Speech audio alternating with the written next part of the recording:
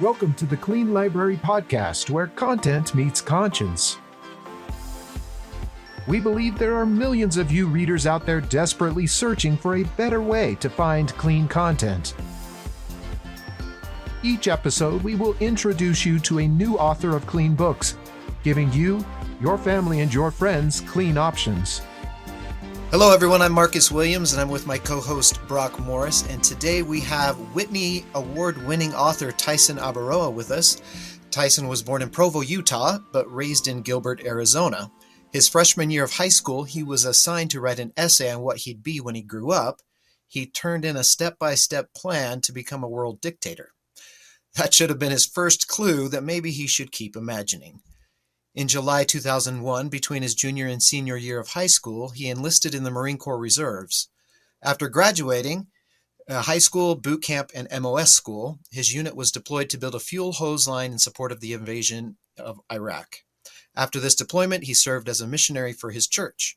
He married soon after returning home, and just before his first anniversary was deployed again, this time to Djibouti, Africa, as part of the Provisional Security Company.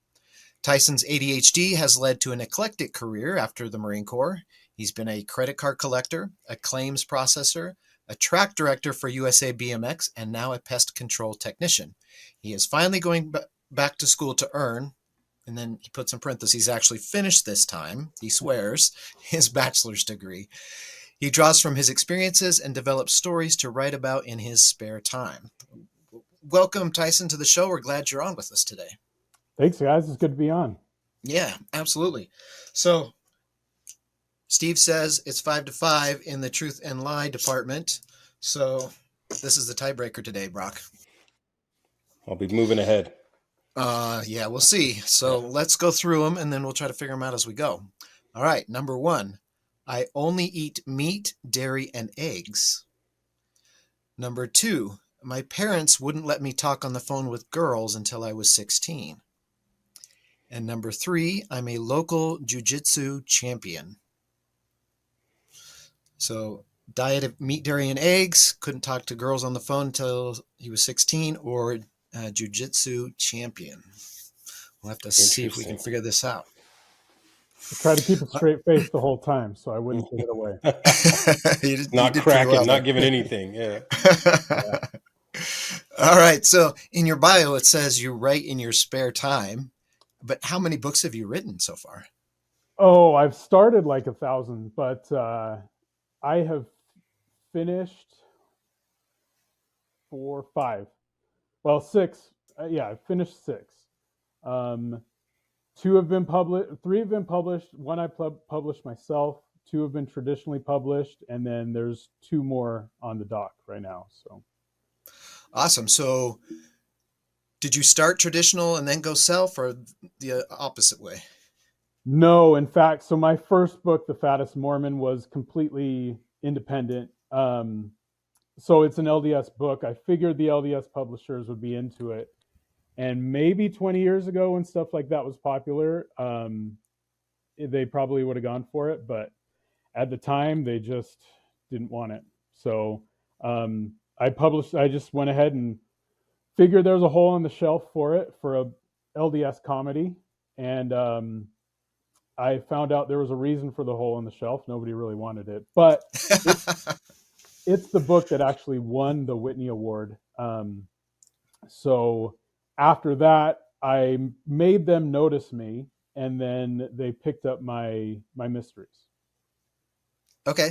So when you say made them notice you, how did you do that? So I don't know, by chance, by fluke, by miracle, the woman that chaired the committee that rejected The Fattest Mormon was actually the presenter that night. So she handed me the Whitney Award. And later afterwards, she said, "Hey, I was the one that kind of rejected your book. We loved it, but it just wasn't for us. So I'm glad it went somewhere and it got the recognition it needed." So then later when I was like, okay, I guess there's a reason there's a hole on the shelf for LDS comedy. And I decided, okay, I'm gonna change tracks. I'm gonna go into thriller and mystery. I saw that she was going to be at after hundreds of rejections by other publishers and agents, I saw that she was actually going to be at a writers conference and she was going to be taking pitches. And I was like, all right, well, you rejected me last time. You might as well take a look this time. And then they went with it. Awesome. So for anyone who's not familiar with the Whitney Awards, what is that? So the Whitney Award is an LDS specific award. So there are multiple categories. The Fattest Mormon was entered in the general fiction. And so I competed against, I want to say 5 other books. But then there's also romance, historical romance. I don't know, a bunch of romance. There's a lot of romance in the LDS literature circles. But then there are some speculative and then middle grade, YA. So there's quite a few authors that compete each year for it. Okay, awesome. Well, congratulations. Thank you. It sounds like I don't know. I look at these competitions a lot, and a lot of them you have to pay to enter, and you don't know how many people are entering. But it sounds like that was really what helped you jump the line almost. I mean, you did put out. You said you put out a lot and got a lot of rejections, but yeah. Do you think that award was what really helped you get that traditional publishing contract? I do, because I think they'd seen what I could do prior, and it just wasn't for them. However, when I started writing towards what they were looking for, they now were aware of how I wrote. They know who I was. So it's not the normal way to get traditionally published, but yeah. Like I said, I had to make them notice me to begin with. Okay. So for any of our listeners who aren't familiar with what LDS means, it's the Church of Jesus Christ of Latter-day Saints. Yeah. So no, you're fine. Just want to make sure that people understand and clarify that. It sounds like the Fattest Mormon which Mormon is a nickname for members of that church. So it sounds like that one would kind of be specific to members of the church to find the comedy in it. Am I right there? Yes. So it is about a guy who is not a member of the church. So really anyone could pick it up, have a fun time reading it, but there's a lot more inside jokes for members of the Church of Jesus Christ of Latter-day Saints. And I actually released it and named it before we started saying, hey, maybe we shouldn't call ourselves Mormons anymore. Gotcha. So okay. I did it before that, everybody. So the next books, the thrillers, are those specific to the church, or are those kind of generic, just published? If you're a reader, would those have inside jokes as well, or would those appeal to a wider audience, or kind of what's your audience for that? Yeah. So these books, The Cost of Secrets and The Price of Superstitions, they are published by Covenant Communications, which is an LDS publisher, but they are not LDS books. My first book is pretty general, and then as I'm continuing with the story, it has kind of narrowed into more of a general Christian. So it does not mention the Church of Jesus Christ of Latter-day Saints, but it does get a little more Christian-centric as it goes along. The third book, when it comes out eventually, it is going to be more so than even the very first book. Yeah, and I know Covenant, even though it is owned by members of the church, they're not specific to, like, it's mostly, it has a lot of Christian themes, but they have books that are for any denomination or belief system. It's a faith-based company, and I don't want to misportray it, but their tagline or their hashtag is wholesome suspense. So most of the other suspense writers, there are some specific to the Church of Jesus Christ of Latter-day Saints, but a lot of them are just clean and wholesome. So were you writing like as a Marine when you were deployed, and um, was writing one of the things that you like to do to pass the time? Yes, it was a lot of handwritten garbage that just wasn't good. Me trying to be Tom Clancy, which was never going to happen. But yeah, I mean, when I was on duty, when I needed something to stay awake, I just made it look like I was making notes about the area, and really I was writing Just stories. it was writing stories. Yeah. So I spent 4 years stationed at 29 Palms. I don't know Ouch. if if you were ever out there, but I was a civilian, so a little bit better. But yeah, 29 So Palms for you 4 years was a bit you much. wanted to live there? No, I didn't get a choice. Oh, I okay. All right. was, that's why I said stationed. Okay. But so I was an agent with NCIS, and so Oh, that okay. was my first duty station. You like they would tell you, yeah, give us your top three choices, and then they would send you wherever they wanted. So, yep, I was at the stumps for 4 years. So anyone out there who was a Marine who's ever been out there, you know my pain.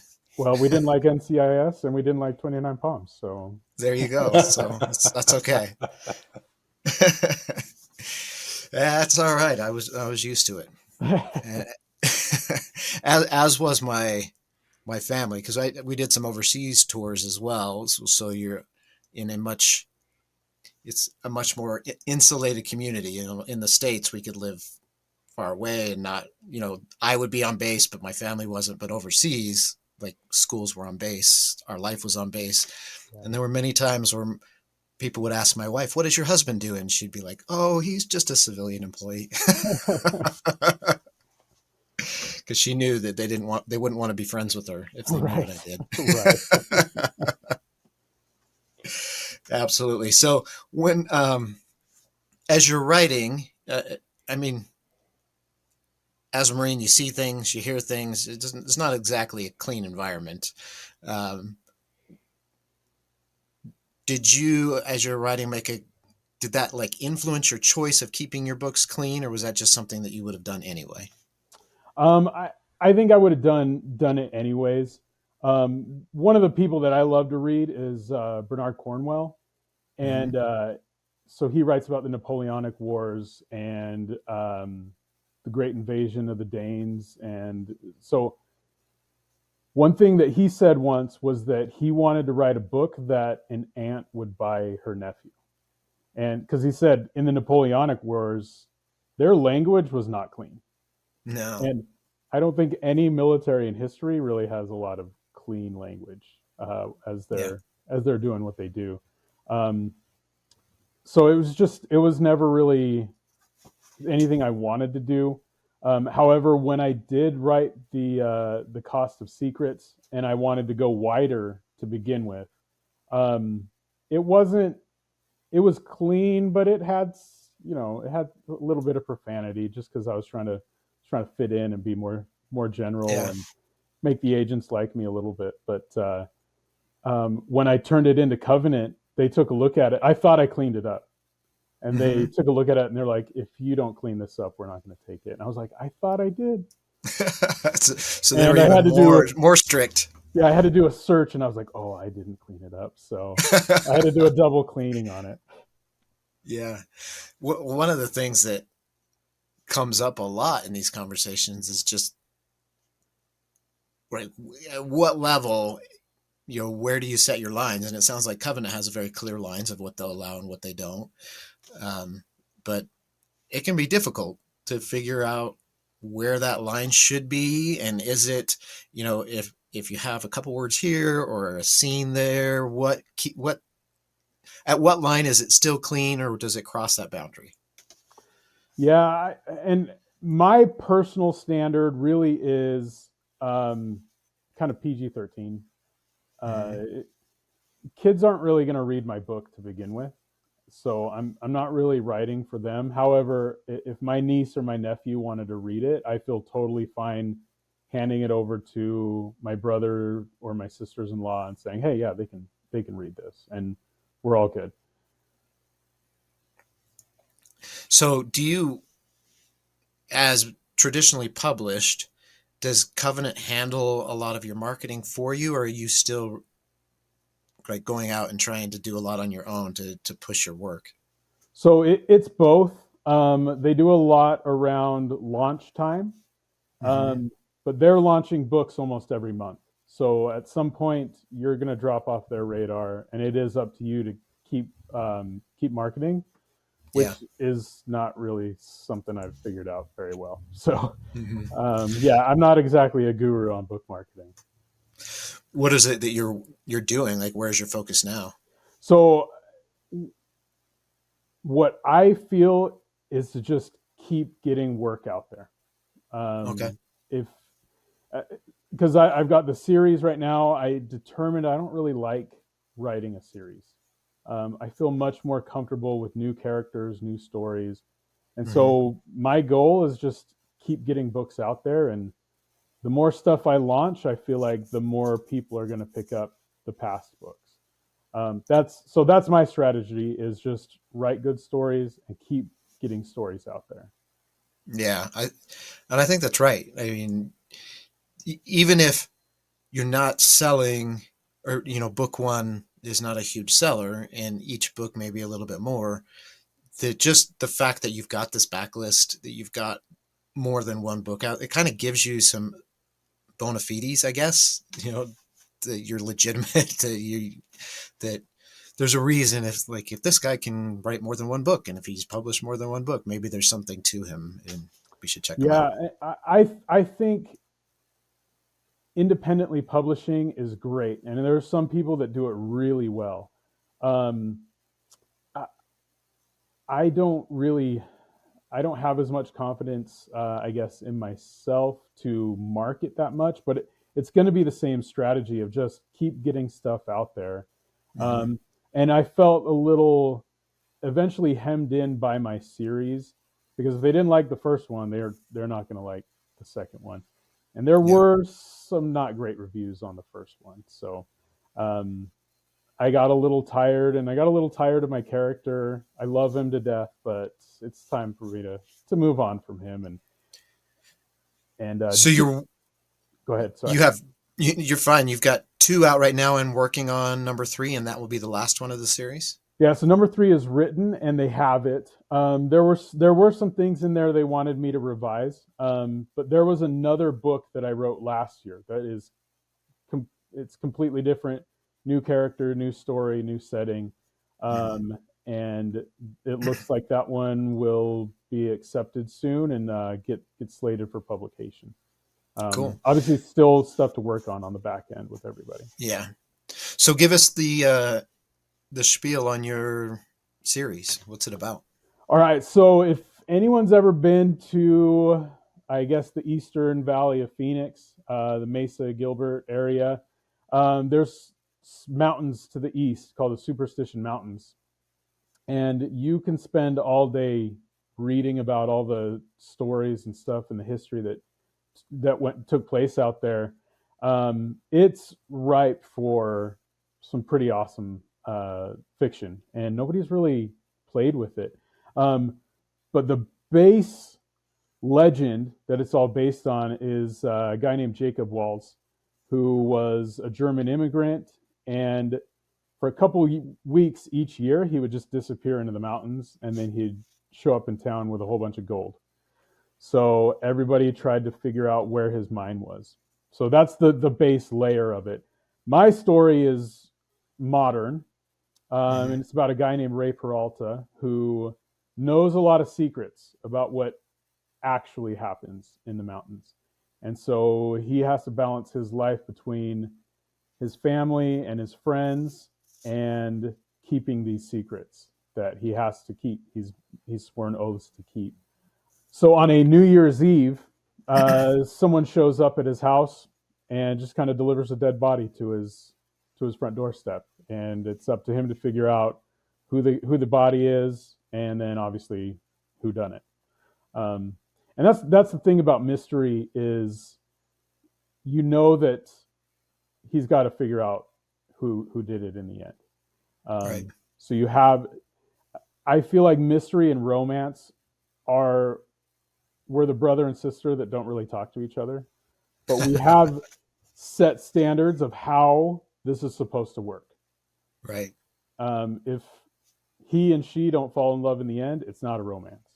And if the detective doesn't solve the murder in the end or the crime in the end, it's not. You can't really call it mystery. So where I have fun, and I'm a pantser, so Mm-hmm. it's challenging to do a mystery. But where I have fun is developing the characters and the setting, and I did it all wrong for my first mystery. I just did the normal pantser thing, and I didn't really figure out who the murderer was until the end, which was fun. But then in my revision stage, it took me forever to go back in, add in red herrings and clues and twists. Clues, right.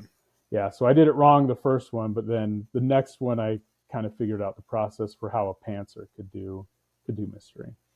Yeah, so that's an interesting mix. Flying by the seat of your pants with the pantser, and also planning a mystery and all the clues and everything. It sounds like that would be something that you would need to really outline and document. So how do you? So plotters have the advantage when it comes to writing. I think even writing romance and mystery, because there's beats that have to take place in these processes. But what I did was I visualized the murder itself, so that way I'm logging all the clues that I'm going to put out during the story. Okay.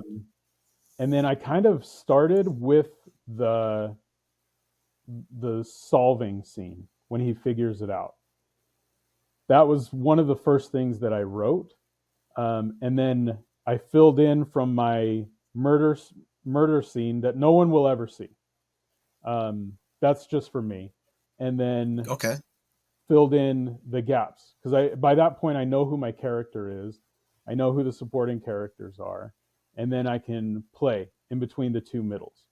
So that's my process. I don't think, if you're a pantser, that may be the only way to do these structured genre type books, is to play around in the middle.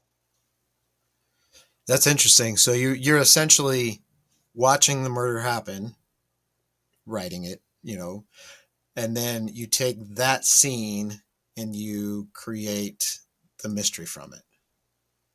Exactly. Yeah. Yeah. So have you ever thought about releasing those murder scenes like as a special release or a special content to your fans? No, those are just for me. Yeah. I don't know. Your fans might want to see that kind of stuff. That's that special content people love. I don't know. I'll think about it. That's my special baby. So Yeah, I can see that.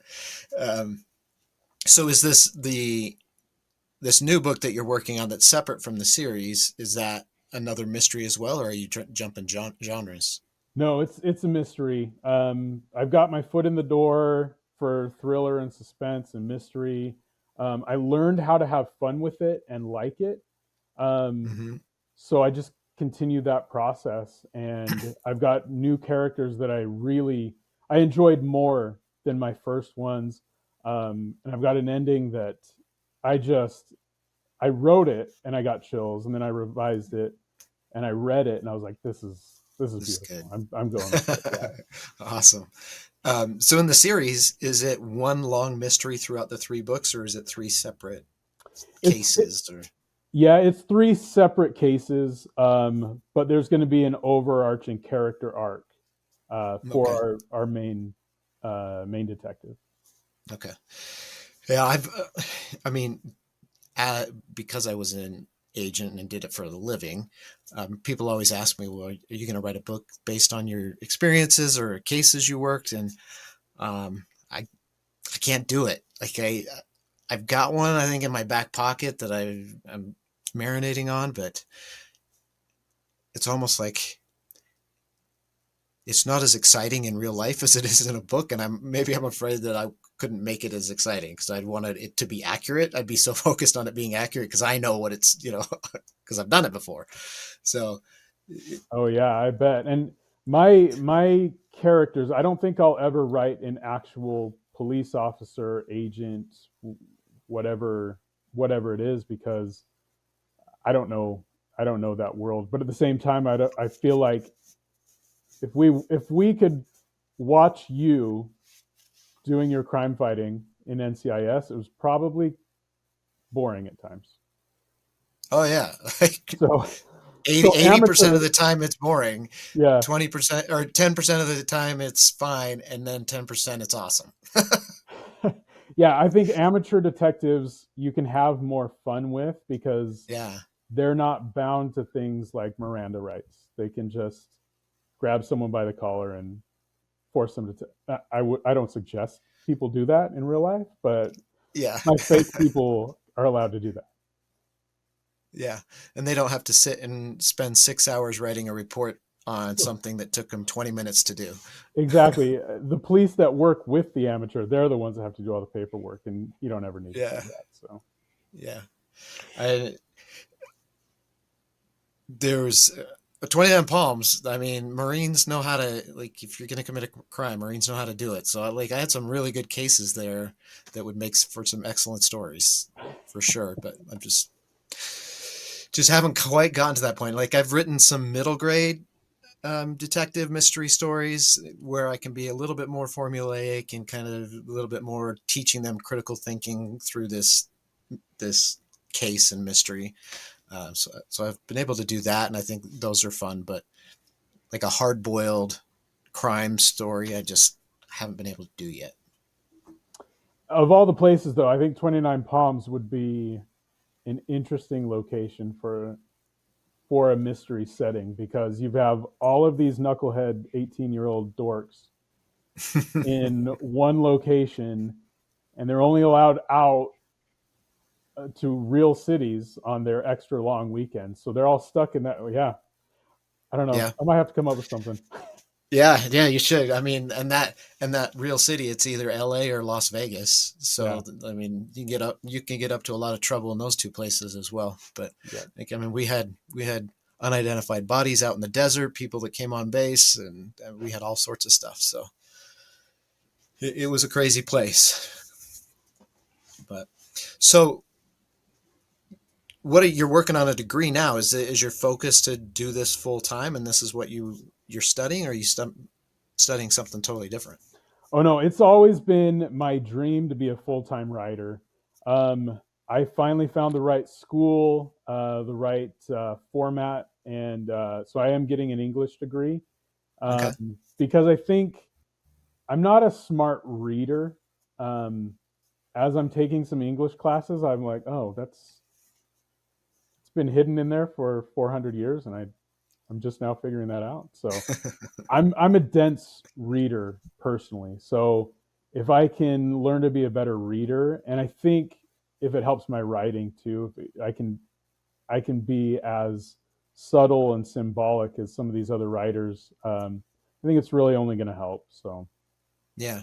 So are you like on a creative writing track in the English degree, or is it just general English degree? no, it's actually it's an English degree with an actual emphasis on journalism.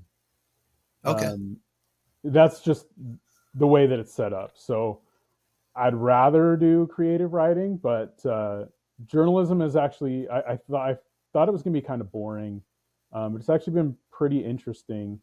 And I mean Hemingway did journalism and writing too, so why not? True, true.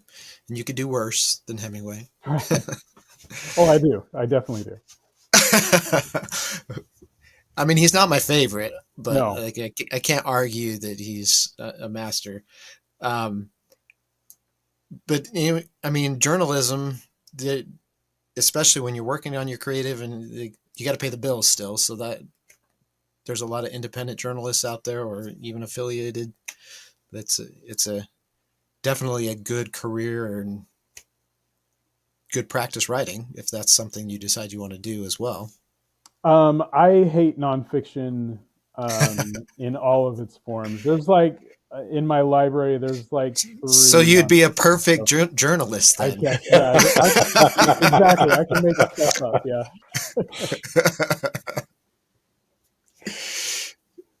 Sorry, all of you journalists out there. I just had to. Sorry, not sorry, right? Yeah. Yeah, sorry, not sorry. I mean, they bring it on themselves. Let's be Right. honest. I like journalists more than poets, so I'll say that. Sorry, All guys. right. um, so, especially in the mystery thriller suspense genre, do you think being clean is a disadvantage in the marketplace, advantage, or it doesn't matter? I think if your story is good enough, it doesn't matter.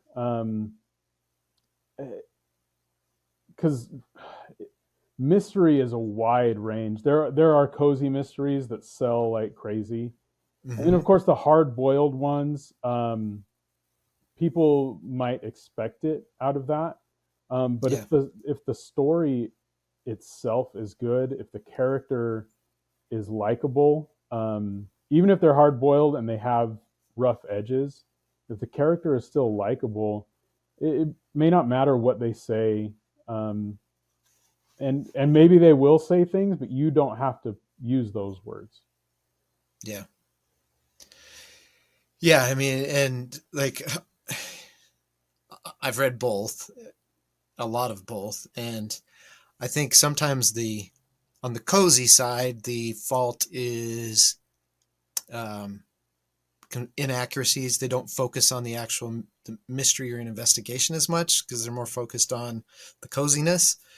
So that bugs me. But then on the hard boiled side, sometimes they focus too much on the graphic and the violence, the graphic nature of it, that they lose the story.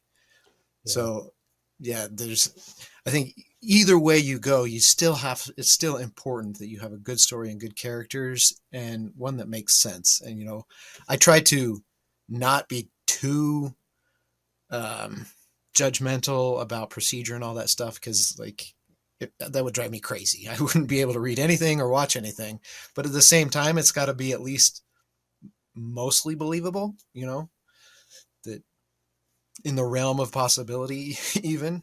Yeah, exactly. So It can't be fantasy. yeah, Which yeah, and sometimes you can look at a mystery and be like, that I'm not a cop. I've never been a cop, and I know that would never happen. So yeah, like I read one, um, and it was an FBI thriller because that seems to be one of the big ones is FBI thriller, um, which drives me nuts and for multiple reasons. But anyway, she described this whole situation with the FBI Academy, and it was all wrong. And so, as an experiment, I just Googled what happens at the FBI Academy, and the first thing that came up answered all of the questions that she got wrong. I'm like, you didn't even do a Google search, you just made it up. And how am I supposed to read the rest of the book if you don't even care enough to do one little search? mm-hmm. You know, and so even if her character was likable and was good, but I'm like, I can't get past that. Like, that's just too lazy. You got to do Okay, the work. yeah, yeah, Yeah. there needs to, like you said, there needs to be some work involved as well. So a little bit of research, but not so much research that you're like, I don't even want to write this anymore. Right, right. You research your way out of being interested in it. Yeah. So do you spend a lot of time up in those mountains? Not really. I mean, you only have one season to do that in, and when it's nice out here. Mm-hmm. Um, Yeah. and so in the summer, you just don't go out there. So if anyone's looking for lost gold, come in the winter. Don't go in the summer because that's where most of the deaths happen is Yeah. dehydration. Mm-hmm. But I mean, I've hiked around it, but honestly, my inspiration for that is when I was really little and my aunt used to babysit me. And as we were going to 7-Eleven to get her Diet Coke, she would tell us stories, some of the older stories of the Superstition Mountains, the legends that are behind it. And so I've always been fascinated with that area. And then I just said, you know what? Someone needs to die out there and someone needs to figure out who did it. So that was the genesis of me writing about him. Yeah. Those desolate landscapes, there's a lot of story and a lot of history behind those where you can make it really interesting. Yes, it's endless. My second book, my second novel about the superstitions, it focuses on a different legend that most people actually don't know about. It's about a guy named Al Senner, and how he actually did find gold, but then he got cheated out of it, and then he became what's called a high grader, and he went to. You'll have to read it. It's a pretty good story, but it's one that most people don't even know about. Cool. So it sounds like you get a lot of inspiration, or you have from where you've lived and things like that. What about? I'm always fascinated to hear where you pull character inspiration from, or do you base your characters on people you've known in life, or are these complete fictional characters that you just made up? They are mostly versions of myself. Is what I could say. I mean, in The Cost of Secrets, he was a Marine Corps reservist, and so I put in a whole bunch of Marine Reserve jokes and how he's not a real Marine, but yeah. And then even The Fattest Mormon was based on me doing a weight loss competition. So the book that we're working on is that I've got, I don't know, best way to say it. The book I'm working on with Covenant to be released, the new one, the new characters, new story. That's going to actually be my first character that is not like me at all. So, maybe that's why I feel a little more proud of him. He was just,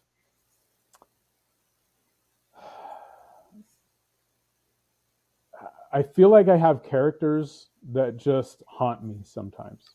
So I don't know that I know anyone that is like my characters, but I just feel like there's someone out there that they've got a story to tell.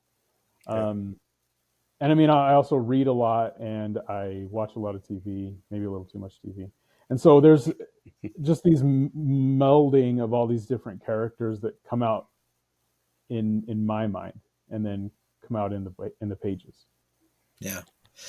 Do you find it harder to describe someone who's different, this person who's different than you, or rather than your other character who had more of you in him? I think because I had worked on characters that I felt were kind of like me, and I think that was a stepping stone to go into someone that I've never known before, and has problems that I've never known before. So I would not have had the courage to write someone that I've never met like I finally did, unless I had worked on someone that I could see parts of myself in. Yeah, I think that answers that one. Yeah. No, that's interesting. That's like you can see that maybe it's a confident, just, correct me if I'm wrong, but just by describing someone where you had your own traits in it, you built that confidence to be able to now create something different. Yeah, I agree. I think that's what it was. Awesome. So are you working on audiobooks on these, or are there already audiobooks available? So there are audiobooks available. Jason Tatum is the narrator. So I've never met him. I don't have any say in audio, which is fine, because as everyone can see right now, I have a face and a voice for writing. So I've tried to record myself and it just, I hated it. So, yeah. But that's one really awesome thing about traditional publishing is that part they take care of completely on their own. So I just have to go in and make sure that the narrator will know how to pronounce some words. And it being Arizona, there's a lot of Spanish words that I had to write out phonetically for whoever was going to end up being the narrator. But other than that, that was all on them. And I think the the narrator, the voice actor, does really good work. Awesome. That's cool. And that's definitely, because one of the things a lot of the authors we've talked to have struggled with is deciding who to get to narrate their book, trying to pay for the narration of their book or do it themselves and all that. So that is definitely an advantage of traditional publishing, to have them just take care of that for you. That's exactly big bonus, big bonus. So do you have any other clean authors out there that you would recommend to our listeners? You know what? I do. Jared Garrett, and let me see. Her pen name is T.M. Holiday. Those are two really good authors, really good writers, and they've got a lot of stories that they share. Awesome. Great. We will add those ones to the list. So as we get ready to close out, is there any advice you would have to anyone out there who's an aspiring author or just like struggling to get going? Lessons maybe that you learned in your journey? Set a daily word count and just get it done.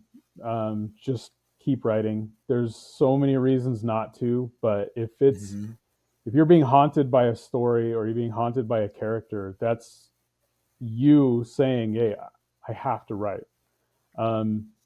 If that's not what you're bargaining for, then maybe you shouldn't be writing. But if you have to get this out, set your daily word count. I don't even say time. If it's 1,000 words, if it's 1,200 words, if it's 400 words, get it done each day. There's no excuse. And even if you're like, I think I'm about to be published, keep writing, even though you're going to be terrified of maybe being rejected. Yeah. I mean, it would take the same type of consistency and effort to be a jiu-jitsu champion as well. Nothing. That was slick and just nothing. Yeah. Well, you know, when MCIS is asking you questions, just straight face and don't say anything. Don't answer. That's the advice you got from your gunny, is you say nothing. Yeah, tree line can handle most of the problems, and gunny can fix it in the tree line. So there you go. All right. Well, it is time to get back to that.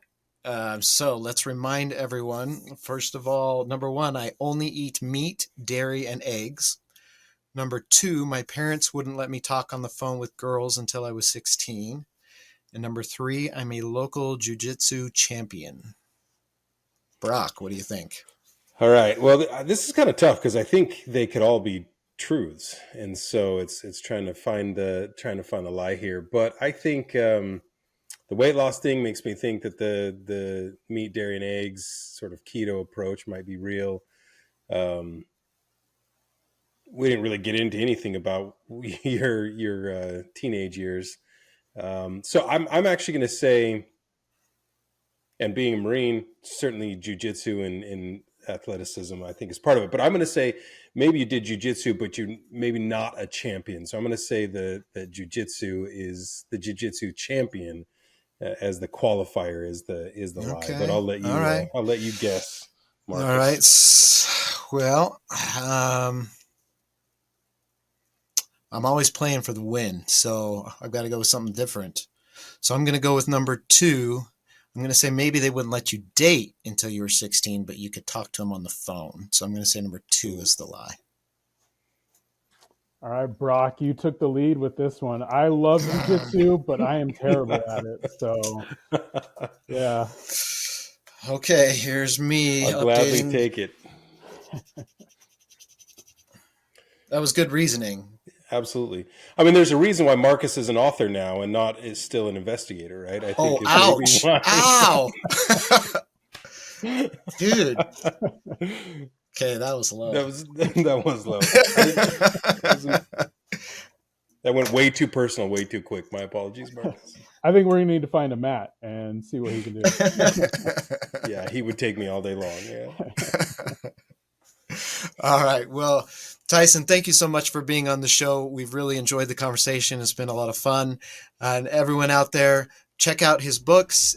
You can find them online. I'll post a link to his website as well in the show description. Check those out. Check out the recommendations as well. Please subscribe. Please share with others. That's the best way to help us reach more people. And we will catch you next time on the Clean Library Podcast.